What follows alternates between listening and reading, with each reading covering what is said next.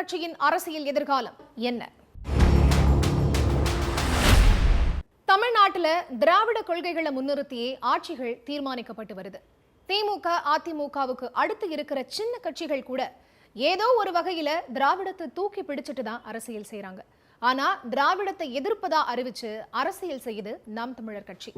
தமிழ் தேசியம், ஈழ ஆதரவு, இன உரிமைன்னு அந்த கட்சியை 2010 தொடங்கினாரு சீமான். இதுவரைக்கும் தனிச்சு நின்று தேர்தலை சந்திச்சுட்டும் வருது நாம் தமிழர். எப்பவும் கூட்டணியே கிடையாதுங்கிறதுல உறுதியா இருக்கிறதா சொல்றாரு சீமான். திராவிடம் பேசாத ஒரு கட்சி இப்ப இருக்கிற 2 திராவிட கட்சிகளுக்கும் அடுத்தபடியான ஒரு பெரிய மாநில கட்சியா உருவெடுத்திருக்கிறதையும் கவனிக்க வேண்டியிருக்கு. அதிகாரத்துக்கு வருவோம், எல்லாத்தையும் மாத்துவோம்னு சீமான் ரொம்ப இயல்பான உதாரணங்களோட பேசிட்டு வர்றாரு. நாம் தமிழர் அதிகாரத்துக்கு வர வாய்ப்பு இருக்கா? கூட்டணி இல்லாம அது சாத்தியமா? விஜயோட வருகை இப்ப இருக்கிற சீமானோட வாக்கு வங்கிய பாதிக்குமாங்கிறதையும் பார்க்க வேண்டியிருக்கு. தமிழ்நாட்டுல மாற்று சக்தியா உருவாகிறதா நாம் தமிழர் கட்சி? விஜயோட வருகை சீமானுக்கு சிக்கலா? தனித்து போட்டி போடுறதுதான் அந்த கட்சியோட பலமா? நாம் தமிழர் கட்சியின் அரசியல் எதிர்காலம் என்ன? இதையெல்லாம் தான் ஸ்பாட்லைட்ல பார்க்க போறோம்.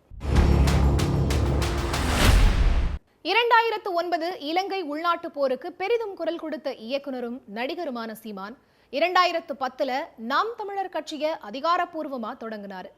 தமிழ் தேசியம், தமிழ் ஈழ சுதந்திரம் உள்ளிட்டவற்றை முன்னிலைப்படுத்தி தொடர்ந்து தமிழக அரசியல் களத்துல பயணிச்சுட்டு வராரு நாம் தமிழர் கட்சியின் தலைமை ஒருங்கிணைப்பாளர் சீமான். 2011 தமிழ்நாடு சட்டமன்ற தேர்தலில் இலங்கையில தமிழர்களுக்கு நடந்த இனப்படுகொலை மற்றும் பிற தமிழர் எதிர்ப்பு கொள்கைகளை முன்வச்சு பிரச்சாரம் செஞ்சாரு. குறிப்பா அதிமுகவுக்கு ஆதரவா இங்க இலை மலர்ந்தால் இலங்கையில ஈழம் மலரும்னு பேசினாரு.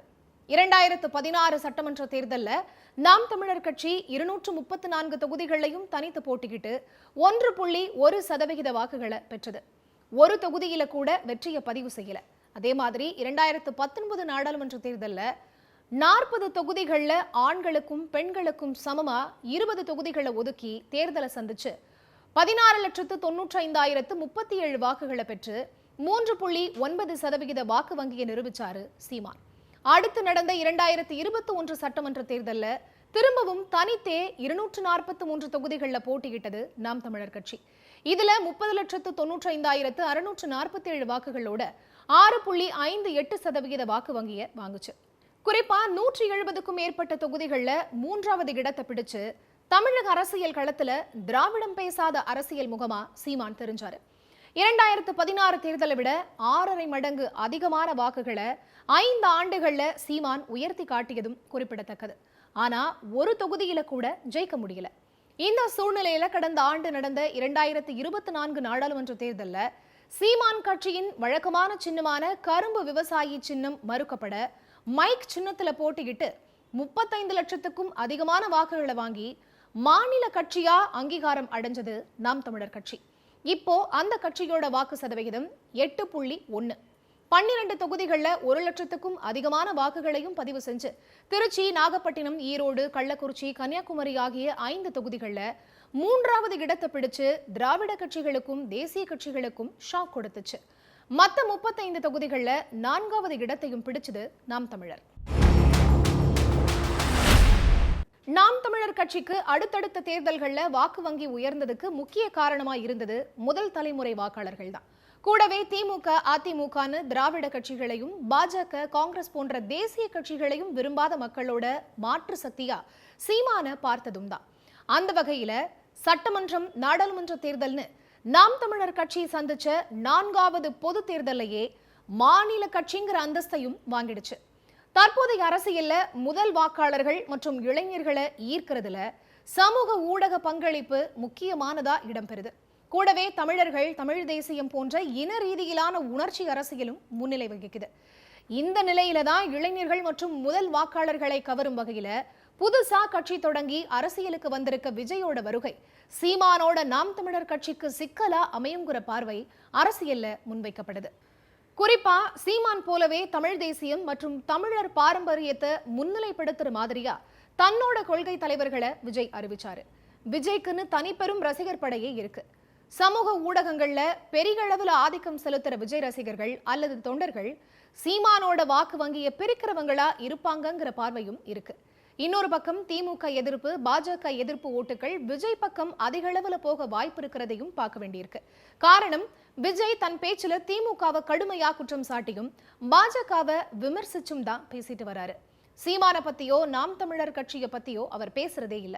இதுவே சீமானின் ஓட்டுகளை குறி வச்சுதான் விஜய் காய் நகர்த்துறதா சொல்லப்படுது.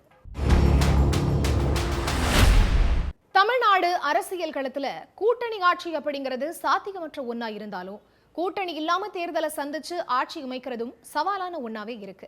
இந்த நிலையில பிரதான தேசிய மற்றும் மாநில கட்சிகள்னு யார் கூடவும் கூட்டணி இல்லாம தேர்தல் களத்தை தொடர்ந்து சந்திச்சு வர நாம் தமிழர் கட்சி திராவிட கட்சிகளுக்கு எதிராக வலுவான பிரச்சாரத்தையும் முன்வச்சிட்டு வருது. இந்த நிலையில கூட்டணி இல்லாம தனிச்சு போட்டியிட்ட கட்சிகளோட நிலைமையையும் கொஞ்சம் கவனிக்க வேண்டியிருக்கு. 1991 சட்டமன்ற தேர்தல்ல அப்போ பாட்டாளி மக்கள் கட்சியை புதுசா தொடங்கின ராமதாஸ் தனிச்சு 194 தொகுதிகள்ல போட்டி போட்டு ஒரு தொகுதியில ஜெயிச்சாரு.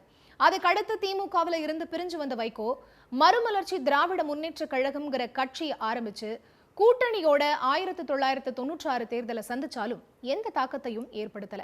அதே மாதிரி விஜயகாந்த் தலைமையிலான தேசிய முற்போக்கு திராவிட கழகம் 2006 தனிச்சு போட்டியிட்டு ஒரு தொகுதியை மட்டுமே வென்றதும் குறிப்பிடத்தக்கது. தமிழக அரசியல் களத்துல திமுக அதிமுகவுக்கு மாற்று கட்சின்னு தங்களை அடையாளப்படுத்தி ஆரம்ப கட்டத்துல தனிச்சு போட்டியிட்டாலும் அடுத்தடுத்த தேர்தல்கள்ல பிரதான கட்சிகளுடனோ இல்ல மற்ற கூட்டணி கட்சிகளுடனோ கூட்டணி அமைச்சே தேர்தலை களமிறங்கிறது இயல்பான ஒன்னா இருக்கிற சூழல்ல நாம் தமிழர் கட்சி மட்டும் இதுவரை தனிச்சு போட்டியிடுறது மட்டும் இல்லாம வாக்கு வங்கியவும் நல்லாவே உயர்த்தி இருக்கு. 2026 தேர்தலையும் சீமான் தனிச்சு போட்டின்னு சொல்லிட்டாரு.